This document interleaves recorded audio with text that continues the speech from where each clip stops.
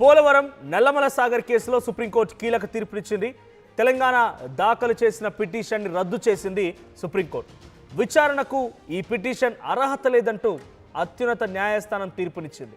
ఇక ఇతర ప్రత్యామ్నాయ మార్గాల ద్వారా పరిష్కారం పొందేందుకు అనుమతి ఇస్తూ ఈ కేసులో మహారాష్ట్ర, కర్ణాటక వాదన వినాలని చెప్పి సుప్రీంకోర్టు నిర్ణయించింది.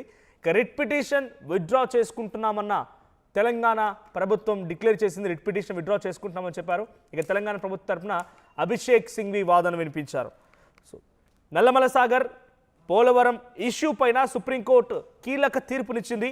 లింక్ ప్రాజెక్ట్ని సవాల్ చేస్తూ తెలంగాణ రాష్ట్ర ప్రభుత్వం దాఖలు చేసిన పిటిషన్పై విచారణ చేపట్టిన సుప్రీం ధర్మాసనం అసలు ఈ పిటిషన్ విచారణ అర్హత లేదు అని కొట్టిపారేసింది. దీంతో ఆ పిటిషన్ని తెలంగాణ రాష్ట్ర ప్రభుత్వం విత్డ్రా చేసుకుంది.